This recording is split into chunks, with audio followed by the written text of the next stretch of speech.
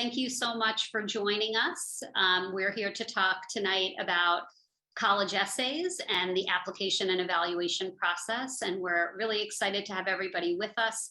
It's going to take a few moments for everybody to queue into the room, so we'll just pause for a couple of seconds as we see people coming in, and it's nice to see so many of you already arriving. So give us a couple of moments and then we'll get started.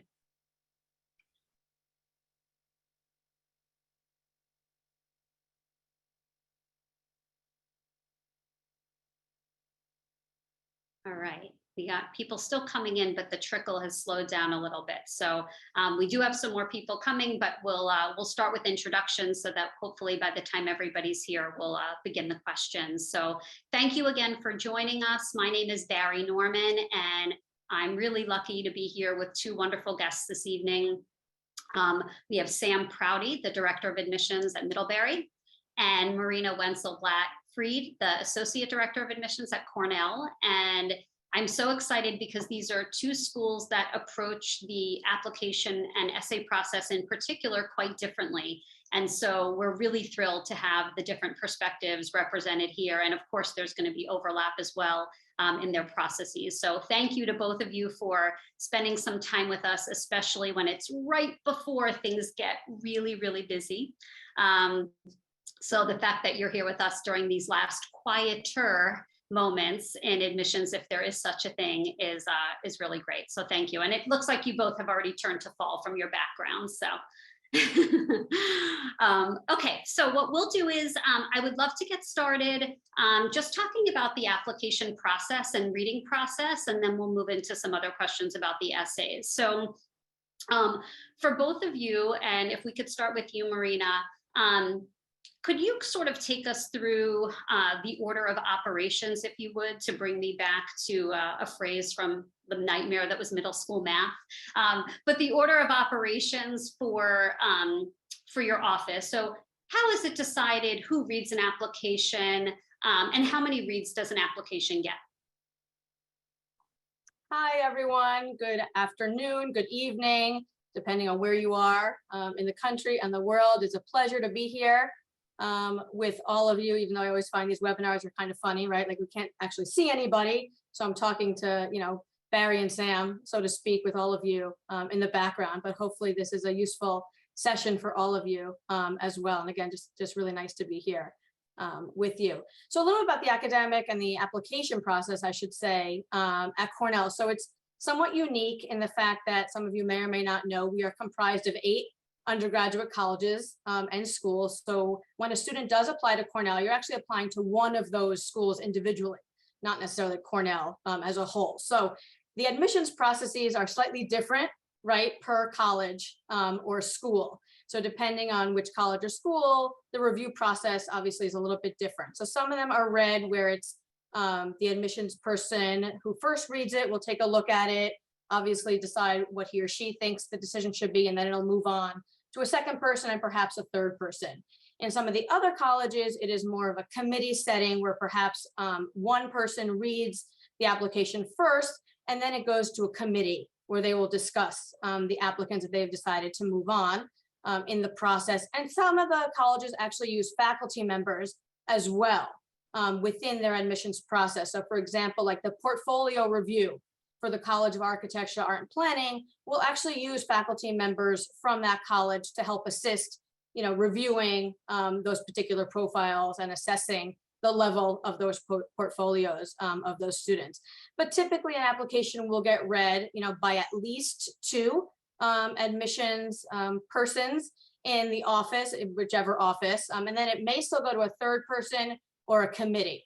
So I would say overall, that would be like the general way that Cornell does take in those applications and reviews that process.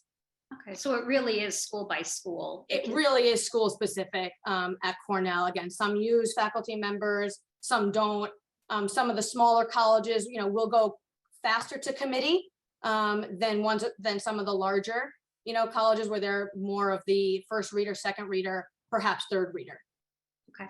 Are there a particular college you could share? Which are the ones maybe that use faculty, for instance? So College of Arts and Sciences also uses faculty. within their admissions process. Like I mentioned, College of Architecture, Art and Planning. Those are the two that definitely come to mind that use faculty within their process. Great. Thank you so Yeah. much. And now, Sam, for the flip side of that, can you share how Middlebury does it and your approach? Sure. Good evening, everybody, and thanks, Barry, for having me. By way of introduction, I'm Sam. I'm Director of Admissions at Middlebury. I come to this work having been a high school teacher as well as an independent school college counselor. So I think I've seen this from a few seats at the table. Geez, Barry, you would think that you put Cornell and Middlebury together for a reason, because my answer is going to be that we actually do things radically differently than a place like Cornell. And so mid and most small liberal arts colleges have, dare I call it, a much simpler system in the sense that when you apply, you are in fact just applying to Middlebury College. You're not applying to a particular major or program. Students only declare majors as sophomores. And so the truth is, even if you think you have a major in mind, we don't really believe you until you're a sophomore anyway. And so you're simply filling out one application. It's to the college as a whole, pretty simple and straightforward. Similar to Cornell, we do have a minimum of 2 readers on every application, and then if they move forward to the committee process, committee is usually comprised of four people who then will take sort of a second round look at the file. And then one of the 2 initial readers is always sort of the regional territory manager, right? So in my case, I first read applications from Vermont, Connecticut, North Carolina. So, the idea is if you're applying from, Connecticut, it's sort of my job to know those schools, and I bring that knowledge to bear when my partner and I are reading the application together. And then, the next day when my partner who's in charge of Florida is reading, I might not know the schools in Florida, but she does. And so that's the idea of sort of the territory read, but a minimum of 2 different people on each file, and then a committee of 4 on average. Great. And Marina, at Cornell, is there any geography playing into the assignment of readers? Yeah, I would say typically the admissions offices within the colleges and schools are also divided by geographic regions. So the first reader would probably be that person who is, in charge of that specific region. And then it obviously goes to another reader just to obviously make sure that everything is covered. And which schools do you read for, Marina? So I dabble. So maybe I should introduce myself fully since Sam did such a nice job as well. So I'm Marina Fried, Associate Director of Admissions at Cornell. I am also a Cornell alum. I graduated from the College of Human Ecology, and I've been with the Cornell admissions office for 20 years, which always stuns me when I say that, but here we are. And so, yeah, it is a pleasure to be here to give that respect as well. Great. Sorry, Barry, what was the additional question?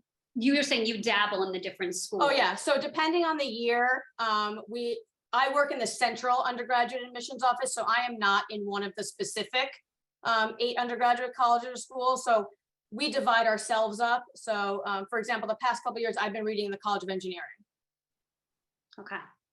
That is, I would bet, very interesting at your school in particular. It is quite interesting. So also, and one other thing, and as Sam alluded to, very much intentionally, I put your 2 schools together because you do things so differently. And for students and for parents and for counselors, it's really helpful.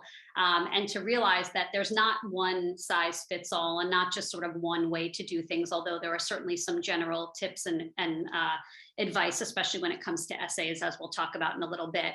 But for both of you, so you're very different size institutions, of course, and so there's self-selection for both of you, but also different size pools. So at Cornell, you've got over 70,000 applications. It's hard for me to wrap my brain around that. You're a big school, but nonetheless. And then at Middlebury, you have over 10,000 applications, but you're a much, much smaller school, picking many fewer students for those spaces. Given that you both have an extraordinary number of qualified students and a relatively teeny tiny number of spots relative to the number of applicants, can you share a little bit as a reader, things that pop out for you in good or bad ways? And we'll start with you, Sam, this time.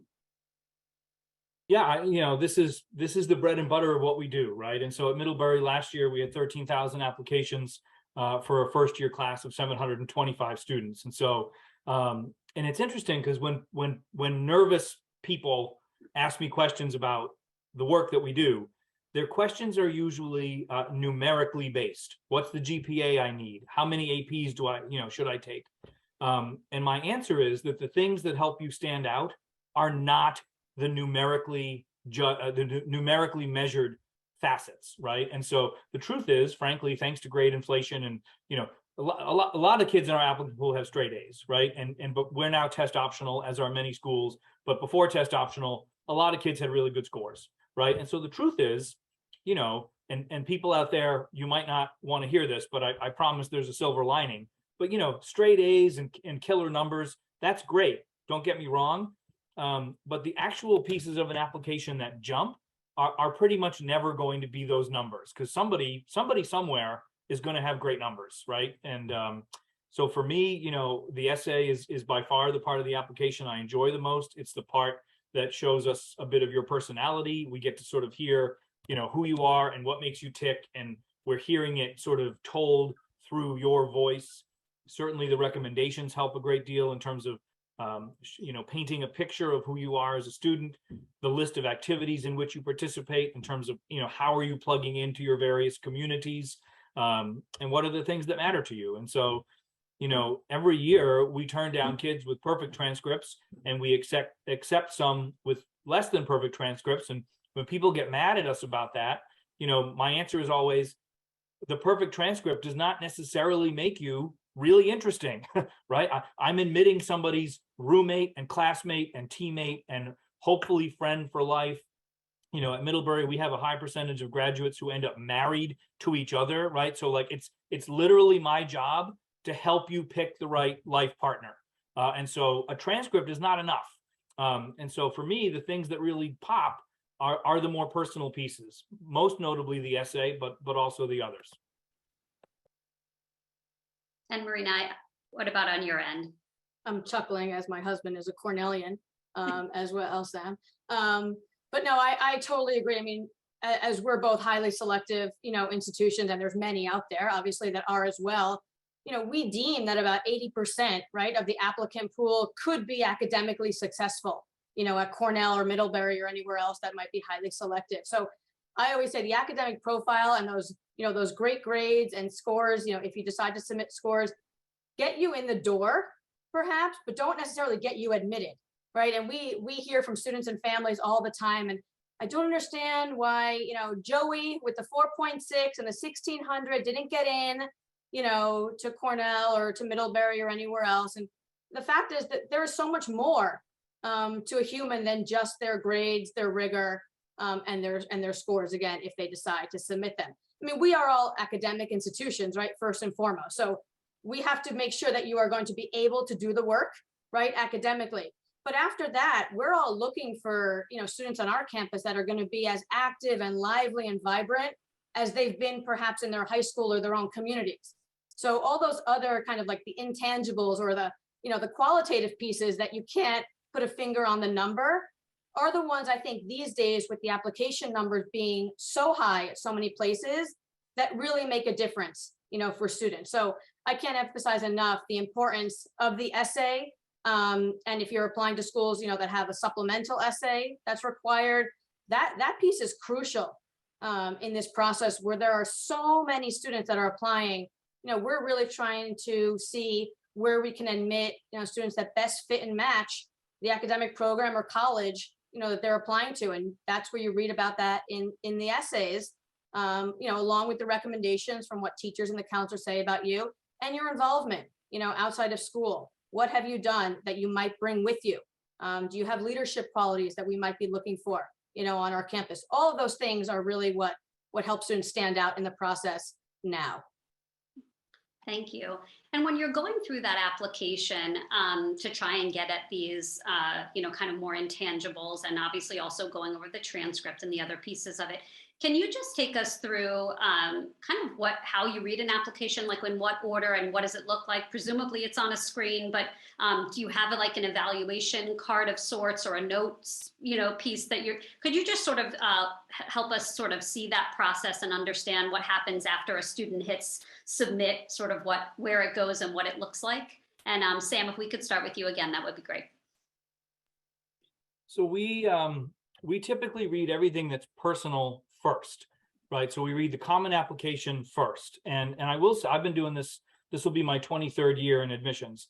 In the old days, I looked at everything academic first, and I got a sense of the numbers. And then frankly, if the numbers weren't so hot, I probably skimmed the application. And a lot has changed in 20 plus years. And so we read the common app first. Who are you? What's your story? What makes you tick? And then after we have a sense of that, we get to the numerical pieces. And I will say, I really like that better, because now my bias is based on who you are first, rather than on the number that you have, right? And so, if your reader already really likes you and is already really excited about you, and then we come across, the B- in chemistry, that's fundamentally different than if the B- in chemistry leads the way. And so typically we're reading the common app first, we get to know you a bit, then the recommendations in the transcript, all is sort of part 2, and then part 3 would be anything supplemental. So art supplements, if you've sent in any additional material, if you've had our alumni interview, that's sort of the final piece. So I would say at Cornell, it probably differs a little bit, and probably a little bit more college specific as well, and perhaps even reader specific. I think there's probably some that do kind of what Sam mentioned, read the common application first, and then there's probably some that go to the academic profile, first, and then see what else the student has. So if they're academically qualified, great, and let's see, what else the student brings with them in the application process. Whereas some, I do feel like probably like Sam, like to get to know the student a little bit more, as a person, and then look at the academics after that. And then what does that translate to in terms of, on average, the amount of time you're able to spend realistically on each application? Marina, if we could start with you. So probably a little bit dependent on the application, right? Some go quicker than others, depending on, what's in it. But I would say on average, you're looking at probably like around 7 to 10 minutes on an application. And what about at Middlebury? Yeah, I would say it's between usually 6 and 10. We if we'll get into the weeds if it's of interest to you, but typically we read in pairs of 2, so 2 people either in a room or in a virtual room reading the apps together. And usually each pair of 2 has to read between 60 and 75 apps a day. And so, 5 to 10 minutes per file.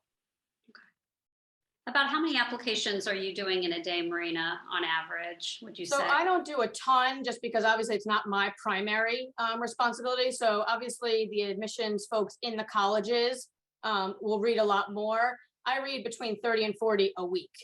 Okay, what about a more typical admissions rep? Oh, probably like more what Sam's referring to, or even more. But I know that some of the colleges also hire, seasonal readers to assist with that. So sometimes that comes into play as well, especially some of the larger, colleges that need to have more fire to be able to get through. Sure. And then a question on something a little bit different. We talked a little bit about, particularly when it comes to how applications are read at Cornell by major. At Middlebury, you're not doing that. Can you each speak though to sort of the role or the impact of choice of major? Because this also is a big topic that comes up. If I apply as this versus if I apply as that, and these are going to be very different answers at these 2 schools because you do it very differently. But if you each could speak to how it's done at your respective institution and what kind of role that particular piece plays, it would be super helpful. And Sam, if we could start with you. I lost my mute button for a second. So I will say I started my career at Swarthmore College, which is, I happen to go there, a small liberal arts college outside Philadelphia. At Swarthmore, at least 20 years ago, Swarthmore had an engineering program. It's one of the very few liberal arts colleges with its own engineering program. So back then, it didn't really matter what you put as your major unless you happen to put engineering, right? So that was one that we sort of had to pay special attention to. And I bring that up because, a lot of colleges might have their, special niche major or majors that they're looking out for. At Middlebury, we don't really care. We don't really pay much attention to it. At Middlebury, we have a couple of majors that perhaps we're known for, including the study of foreign languages and maybe international studies, and certainly environmental studies. I wouldn't say it matters to us if you put those as possible majors or not. I guess I would say it doesn't surprise us when we see a lot of those because that's partly what we're known for. But perhaps, unlike Cornell, I mean, I'll let Marina speak for herself, but, we really don't care what you put. And I will also say, don't strategize that, right? So if you think that Swarthmore College wants you to be an engineer, and so you put that you want to be an engineer, but you topped out in math at pre-calculus and you never took physics, that's just not going to make any sense, right? So don't bother to sort of strategize that piece. I would say just be honest. I am curious what Cornell will say, because back in my college counseling days, a lot of people would say, well, should I apply for the major that's easier to get into and then try to switch? And so, I'm actually kind of on pins and needles to find out what your answer is too. So interestingly, I always laugh because we always say the answer with Cornell is like, it depends, right? Everything is like, it depends. So it depends a little bit, again, on which college or school you're applying to. So for example, College of Arts and Sciences does not read by major. You apply basically to the college. You can put down a major, you can put, undeclared within the College of Arts and Sciences. They're not looking for obviously a certain number of political science versus biology, versus English, type majors. They want to see that you're obviously interested in the liberal arts and figuring out perhaps what you want to do. But some of the other colleges, it's pretty apparent when students apply what they're looking to do. So for example, in the College of Agriculture and Life Sciences, you must declare your major on the application, and you're actually read by major within that college admissions process. So biology majors are all read together in the College of Agriculture and Life Sciences. Animal sciences majors are all read together. So they're broken down specifically by major, and you do actually have to put that down. Some of the other schools, so engineering, obviously you're going to be putting down, you can be undeclared and just don't know which particular type of engineering, but typically you're obviously having a student who knows that they want some sort of engineering when they're applying to College of Engineering. The same with College of Business, right? Business, or the hotel school, or even human ecology. If you're applying to fashion design, you kind of know that that's what your application is going to be about. So besides arts and sciences, the other ones I feel like do tend to be ones that, even though they might not technically be read by major, those students that are applying to those particular colleges make it pretty clear in their application, again, why they want engineering, why they want, human ecology or industrial and labor relations, within their application. And we do get the question, as Sam mentioned, since Cornell is large and we have lots of colleges, and I think, back in the day, so to speak, there were people who would say, well, perhaps apply to this major and then you can transfer. And right now, that's a really hard case to go with, because all of our colleges and schools have about the same admit rate. So it's not like one is necessarily significantly higher than another one as far as, getting in. And because we all drive home that message of fit and match, so much, it becomes pretty apparent when the kid does not fit or match the school or college they think they want to fit or match, with. And on top of that, it's not always a guarantee that you'll be able to transfer into a specific program, right? So you might think, I'm going to apply to arts and sciences, and then after 1 year, because you can't transfer before 1 year, I'm going to apply to engineering. It is very, very hard to internally transfer to engineering, to business, to architecture. So those kind of more specific programs, if you don't get in as a first-year student, it is very hard to transfer into later on.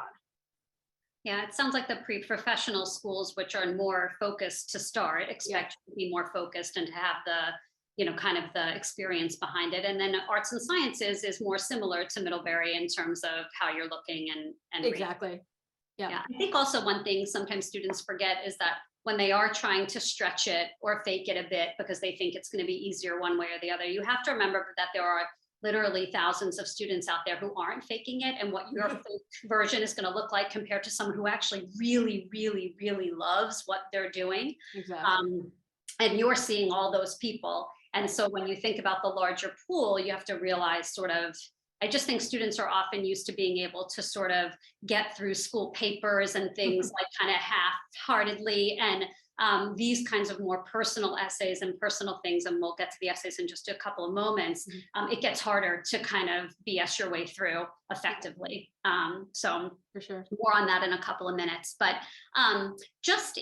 we'll dip quickly into scores. It's the burning question for people, but quite frankly, it's a bit, I don't want to talk about it so much. So if we could just have a quick thing of just, how do you see scores, and does your school super score? So on the application itself, how are scores presented to you, and do you super score? And Marina, we can start with you. So we're back to the answer of it depends which college or school at Cornell. So we can't necessarily even be uniform in this respect, because we have 4 colleges at Cornell that are test optional and 3 that are test blind or score free, right? So obviously the ones that are score free are not even looking or considering test scores if a student even submits them. So those are College of Architecture, Art and Planning, College of Business, and College of Agriculture and Life Sciences. So anybody or any student, counselor, parent who has a kid looking at those 3 particular schools, don't even worry about scores, because they're not looked at all in the process. The other 4 are what we've now been hearing, right, for the past 2 years, except for those schools that have been test optional for longer, are test optional, and truly, truly test optional. We tell students, if they feel that the score they received on an SAT or ACT, again, doesn't matter at all which one, that they feel it is something that could be advantageous to them in the process, and they are proud of that score that they received, by all means, submit it. If they are not, or did not take the test, or are not happy with their test score, then don't submit it.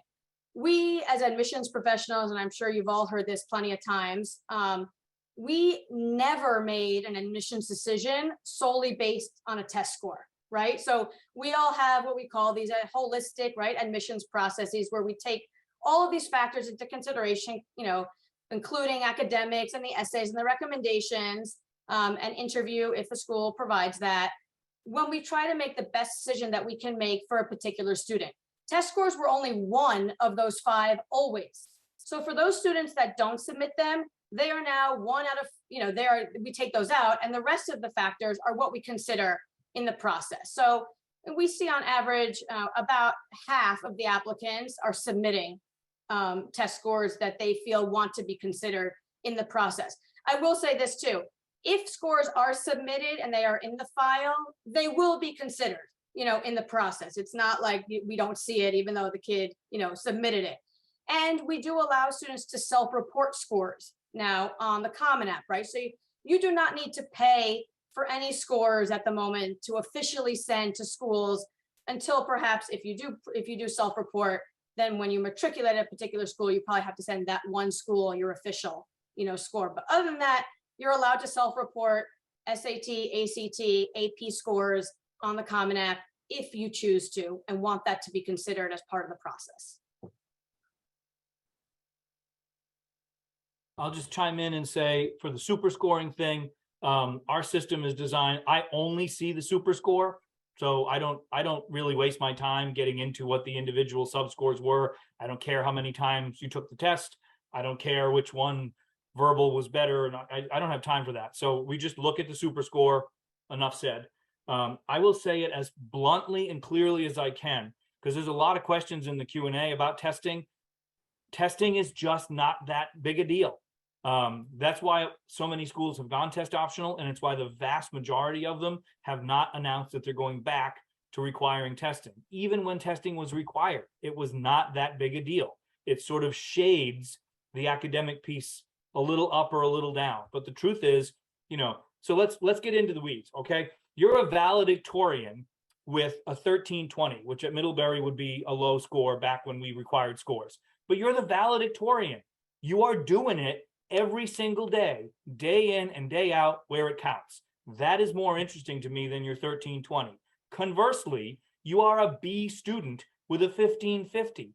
Ironically, your 1550 is not helping you because it confirms that you have academic horsepower that for whatever reason you are not putting to the pavement because you're a B student, right? So I can't say it cleanly enough. Believe a school when they say they're test optional, and unless you know for sure that the testing will help you, just don't sweat it. This is probably one of the only truly good things to come out of COVID, is that so many of these schools have now gone test optional. You know, in my world of small liberal arts colleges, you know, we compete directly with Bowdoin. Bowdoin was test optional, the first one, 1969, right? And anybody who says, well, if you go test optional, you're losing the ability to find the best students. And as much as I hate to admit this, Bowdoin is a pretty darn fine school, and they're admitting terrific students, right? Being test optional has not harmed them in any way. So stop sweating this issue. And basically, if you have great tests, include them. And if you don't. It's just that simple. It really is. And no, to all of you conspiracy theorists out there in the Q&A, no, there is no like hidden agenda. You know, we say we're test optional, but we don't mean it. We really do mean it. And if you don't believe a school, ask two questions. What percentage of your students applied with no testing? And then the more important follow-up is, what percentage of your admits also had no testing? And when those two numbers line up, as they do at Middlebury, 50%, 50%, then you know the school is telling you the truth. Thank you. And it isn't the case. There are some schools where those numbers are there are disparities between those numbers, but the follow-up question about the admitted students, not just the submitters, is an important one. So thank you for making that point. And Barry, Cornell does super score as well. I forgot to include that in my little spiel. Great, thank you. Well, those are my questions about scores, and we are going to move on because we want to talk about essays. That's what we promised we would focus on. And so if we could start out, we would love to hear from each of you a memorable essay for you, but not one about something like super extraordinary. And we'll get to a question, follow-up question about that in a couple of moments, but just sort of a memorable essay, because I find that people's perceptions of what a good college essay, a good main essay would be, often don't line up with what really works and what tends to compel the folks on the other side. So Sam, if we could start with you. I'll answer your question, but I'll do it my way, which is to not really answer your question. I would start with the ones that are not memorable. And the ones that are not memorable are, you know, it was the big game against the rival, and I worked hard and I felt the sweat in my brow and I won. Or, you know, I got to go on a very expensive, you know, elaborate trip, and I met some poor people in another country, but gosh, they turn out to be happy too. There's a lot of those kinds of essays, and they're always terrible. I like the ones that are small, that are about something small and uniquely you. And if you write it, it doesn't have to be big. It doesn't have to be a resume brag sheet. It doesn't have to be I cured cancer, right? It can be, you know, I have 3 little sisters and I'm going to miss them when I go to college. And here's the letter that I'm writing to them that I hope that they open after I go, right? It can be anything. It can be anything small that only you could say. And so one that I remember, and you know, people always talk about like mining your life for tragedy. You do not have to do that. One I happen to remember had the title that was called Going to Home Depot with Dad, which as a title stinks. That's not a great title. And you get into the essay, and I'm not going to do it justice here, but you know, the young woman was writing about how parents are divorced very acrimoniously. She only gets to see dad on the weekend, and he comes to pick her up. And the answer is, mom says, you know, where's dad taking you? Oh, we're going to go to Home Depot. Oh, he always takes you to Home Depot. He's nothing but a deadbeat, selfish jerk. You know, tell him to do something that you want to do. And anyway, we get into the essay, and we come to understand that the young woman is a dancer, and dad cannot attend her dance performances because mom's there, and they just fight. If they're in the same room, they're just going to scream at each other. And so dad happens to be friends with the manager of the local Home Depot, and they go to Home Depot on Friday night, just as it's closing. And as the store, I get chills talking about it. As the store closes down, dad and daughter get the place to themselves because it's the only place that they can go to locally that's free, where there's enough open floor space for the young woman to perform her dance routine so that her dad can see what she's up to, right? And that's an essay that starts like any other essay, right? My parents are divorced and that stinks. And a lot of kids can write that essay. But by the time you're at the end, only one person in the world can write that essay. And she's talking to us about something that's important to her, and it's important in her family, and it's important to understand her context. And she wrote it beautifully, much more so than I'm capturing here. I like those. I like the ones where when you're done reading, you sit back and say, man, there's only one kid in the world who could have written this. And I really feel like I got to know this person and her scenario. And I feel like I heard her voice come through that application, right? So when you read that one, and then the next one is, the hardest thing I've ever had to endure was when I tore my ACL and it ruined my lacrosse season. Like, enough already, right? I want to know something that's more personal and more direct to you. It doesn't have to be heavy. I love laughing out loud when they're funny. But I will also say, if you're not funny, the first place to start is not the college essay. Make sure that you're funny first. But, I like them when they're small and distinctive, and I really hear your voice come through. Yeah, that was, I'm nodding, obviously, in total agreement with you, Sam, because we hear from students all the time, right? Like, nothing big has happened to me, right? I haven't had to have any struggles, which that's fantastic. And you've been very fortunate in your life. And we always say the same thing. It doesn't have to be how I'm going to cure cancer or, find world peace and something so grand. And I think when you take that away from students and they actually have to think about something particular to them, almost like at the ground level, they actually start to realize that they have some interesting, personality traits, or perhaps even quirks. Like, a quirk is not a bad thing, in the college essay. It makes you you. And as Sam says, it can make somebody stand out of the fact that nobody else can write that kind of essay. The other essays that we also always kind of like cringe a little bit, is when they want to talk about a person, right? A person that has had a great effect on them, which is nice. But the reality is we end up learning much more about the person than the applicant, right? So we're not admitting grandma. She sounds wonderful.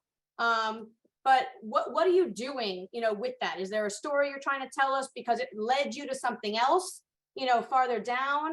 So it's sometimes not even about the actual thing, but what did you learn from it? How did you grow from it? Did you take something away from, whether it's the experience or a person, or something, trivial? It doesn't really matter, but it can be the most trivial thing. Three of the best topics that I read about was one, a boy had a 2-hour bus ride every day back and forth to school.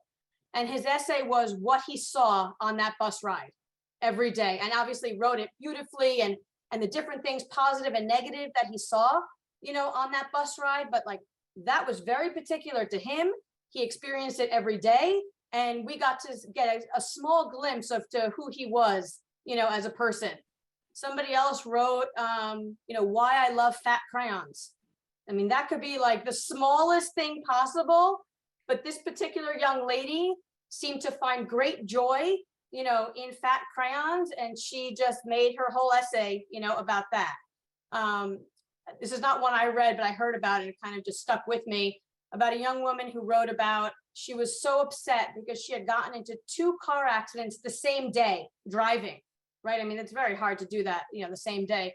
And then at the end of the essay, she was writing about how she can't wait to go to a school that has great public transportation, so she wouldn't have to drive her car. So like things like that make you stand out in a small way, go very far in an admissions process. Again, it doesn't have to be these huge topics that may or may not have affected you. You may have gone on these trips and built great homes, in Costa Rica, but then it doesn't necessarily have that much of an effect on you. You may have, but you don't have to create something that doesn't exist.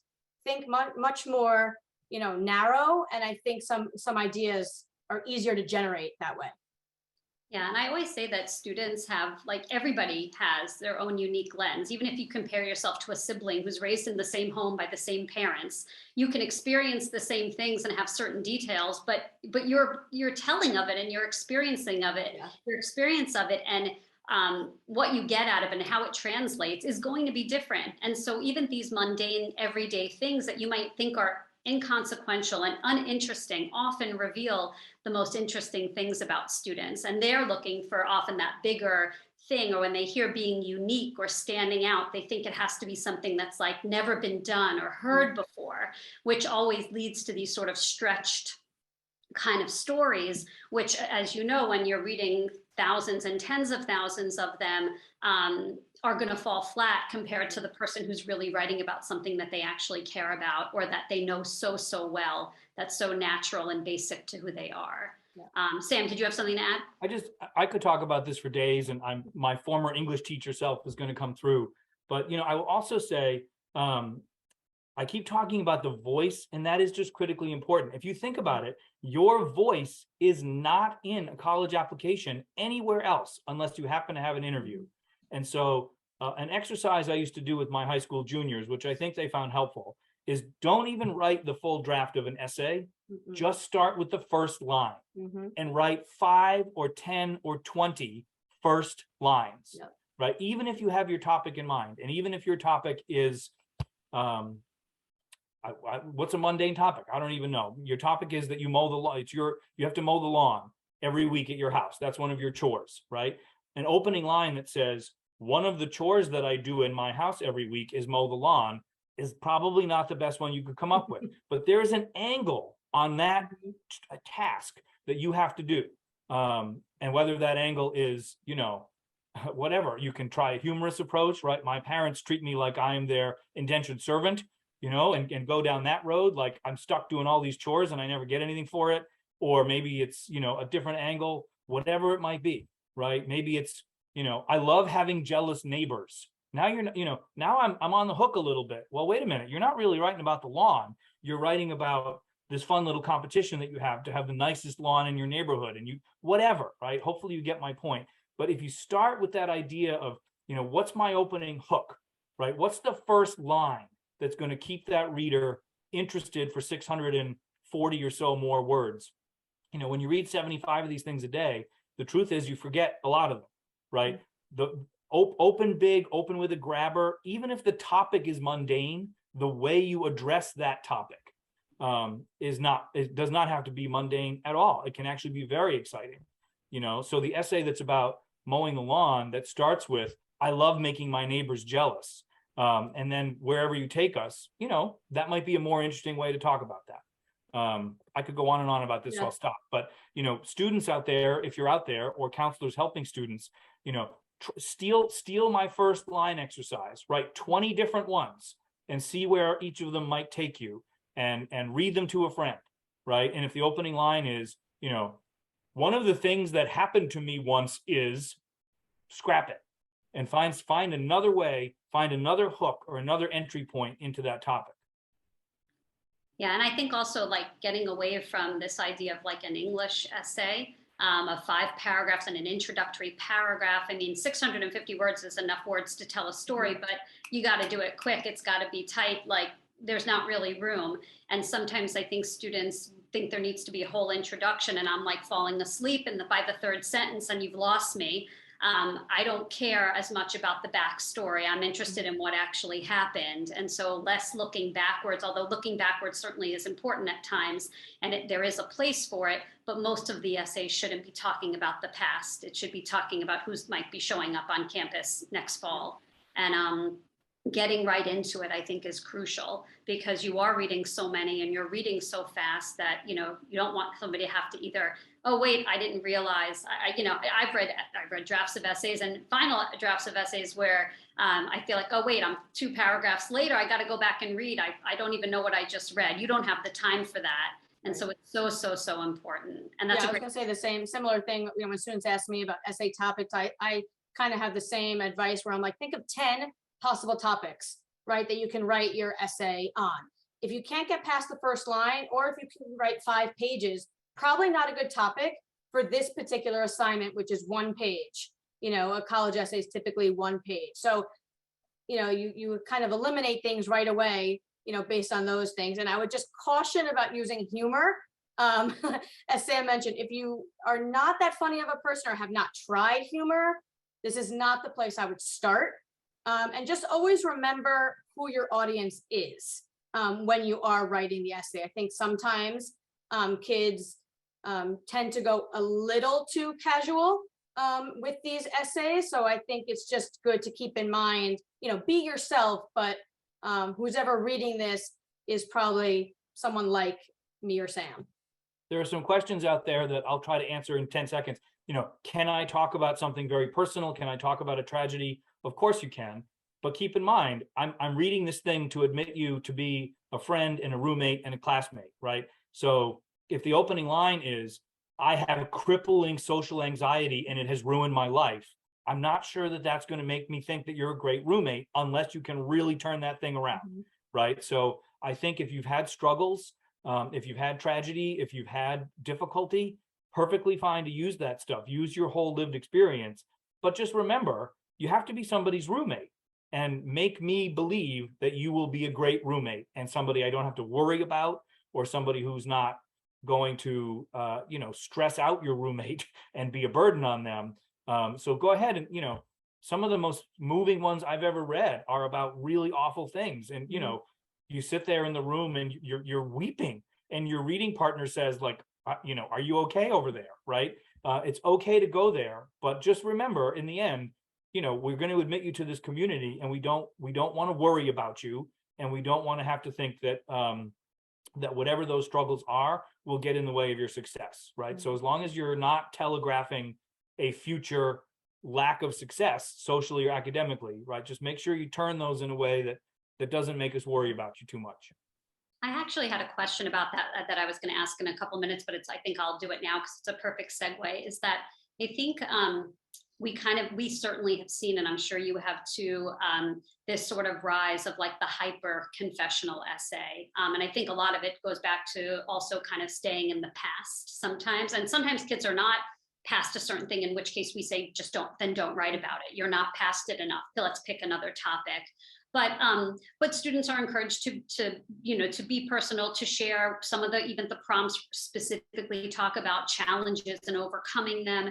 Could you just speak generally about maybe more, because there are more and less effective ways to write about tough experiences and topics. And Sam, you touched on it a little bit in what you were just saying, but maybe some specific advice about how to more effectively write about something that's sensitive, let's say.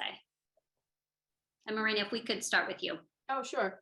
Yeah, I think, I think it's great that people have become more comfortable, right, being able to share some of these personal struggles that, years back would not have been something that somebody would even consider, sharing. I think, as Sam alluded to, you don't want to read the essay where at the end of the essay, you just see kind of a red flag, right? And you're just like, oh, I'm not sure if this person is quite ready to enter college, and like Sam mentioned, be a roommate, be a friend, be able to kind of move on with what they shared. I think the best essays, and with any of these, whether it's a tragedy or whether it's a personal struggle, you have to hopefully have turned it to a positive spin at the end in some way. Again, show either how you've grown from it, what you learned from it, what you have done since this particular experience to hopefully better yourself, or hopefully, overcome the tragedy that you have had to endure. But yeah, I think the best essays are the ones that, as you mentioned, Barry, touch upon the past, but it's not the entire essay about the struggle, about the tragedy, but what are you going to do with that? How are you going to turn that around and be, this more positive, hopefully, person on our campuses to be able to move on from whatever you may have had to endure in the past. Thank you. And this is maybe a harder question for you, but how do you know, how would somebody know maybe when an essay is done? What do you feel like? Is it a feeling? Is it what is it that you would say how would a student know? What is it, kind of convey to know that it's done? Because writing can go on forever, as we know, if we allow it to. Sam? That's an incredibly difficult, how did Tom Petty know when Free Falling was finished? I don't know, right? You could keep adding more instruments to it, but at some point you just decide this is what it needs to be. I guess I'll skirt the answer and just say the essay, unlike the 5-paragraph essay for U.S. history, it does not have to wrap up with a bow. It does not have to have a concluding thought. It does not have to have a culminating sentence. 17-year-olds are works in progress, right? So, somebody asked a question, can we write about activism? Sure. But the truth is, most 18-year-old activists haven't solved the problem yet. So I don't want to read the essay that, concludes, I was very excited to, work on such and such campaign. And, I'm truly hopeful that racism is going to end soon. Well, that's probably not realistic, right? So it doesn't have to have a bow on the end of it. Sometimes it can be as uncertain as life itself is. And so I don't really know how else to answer that other than to say, to give you permission out there, students, to not write the 5-paragraph essay with a nice, tidy little conclusion, because, you're going to live for 60 to 80 more years after you submit this thing. You don't have all the answers yet. So your essay doesn't have to present yourself as though you do. Thank you. Marina, I have a question for you. Yeah. So you at Cornell, as we've talked about, have both the main essay and the supplemental essay. Are they used or weighted any differently? Obviously, for those of you who might not be aware, the Cornell essays are particular to the school. They're very specific to the school and why you want to study that particular thing, particularly when it goes to the more pre-professional schools. But would you say that one is more important for you in your process than the other, or one more emphasized? So I think the main, Common App essay is a great way, to learn about the student, learn something about the student in general, and we, value a well-written, piece in that respect. But I do believe that the supplement does hold greater weight in the process than the regular Common App essay within Cornell, because we are asking students to basically answer that question specific to the college or school, right, that they're applying to. So we want to see students that have done their homework, right, done their research, and figured out which particular college or school they feel they're most interested in right now, right, the fact that they're 17 or 18, years old, and write about that. And I do think, because we've always driven home the message, a fit and match, and now obviously a lot of places do as well, that is where I feel like it can, make it or break it for some students when we are, trying to make really, really hard admission decisions based on many, many qualified, applicants.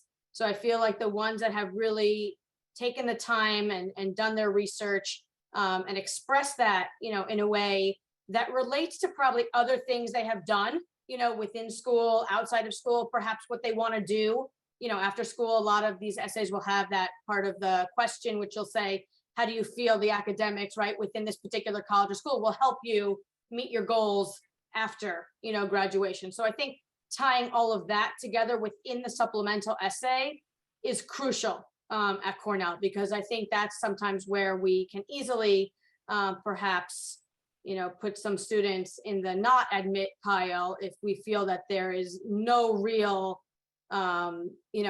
correlation between the supplement and what they're perhaps applying to. Great. And Sam, just really quickly, and I can't ever remember Middlebury having a supplement. I don't know if they ever did, but I can't recall it. Do you ever think about adding it, or is that not something that comes up? We used to have a supplement, and thousands of them said some version of the same thing, which is, I love Vermont. It's so beautiful. Maple syrup is delicious. I drive a Subaru and I love to ski. And so, there's really no point in asking students to just regurgitate the website or tell us what the stereotype of Vermont is. So we do not have one, and we do not anticipate adding one. Having said that, I'll read anything you want me to read, right? So if a student has a supplemental piece, whether that's a newspaper article that they're proud of, or if they, particularly in early decision, some students will actually want to tell us this is why I love your school. And if you want to write that supplemental piece anyway, I'm certainly happy to read it and just email it into us and we'll put it in the file. But we no longer require them because in truth, they often said variations of the same thing. Be careful what you ask for, Sam. Now you're going to get, I think you might forget. And then we have just a few minutes. I have two final questions. And one is about, actually, you know what, I take that back. I'm going to ask two questions and then our final question. So three total. When it comes to additional information and additional material, and Sam, I know you're saying, obviously, if there's something that they feel, I'll maybe hope, correct me if I'm wrong, but I'll speak for you, something that will be relevant and you think would be helpful to your candidacy, that don't just send something to send. But could you speak a little bit about when a student submits a portfolio or something like that, the relative weight? I think sometimes students, even if they're academically off, but they're really exceptional in, let's say, art or something, at a place like Middlebury, where you're not applying to a portfolio-based program for this, relative weight and just sort of general guidance about when to send and when not to. This came up in the Q&A as well, so I'm glad you asked. So we do not admit to a major, but obviously if you have a talent, whether or not you're going to major in that talent, we're happy to see evidence of that talent. And so if you submit a film supplement or something for music or theater or studio art or dance, hopefully I'm not forgetting one, those things go off to the department for departmental review. If the review is terrible, right, this person should never be allowed to touch a trumpet again. It does not actively hurt you. If everything else in the app is strong, we'll still admit you very happily.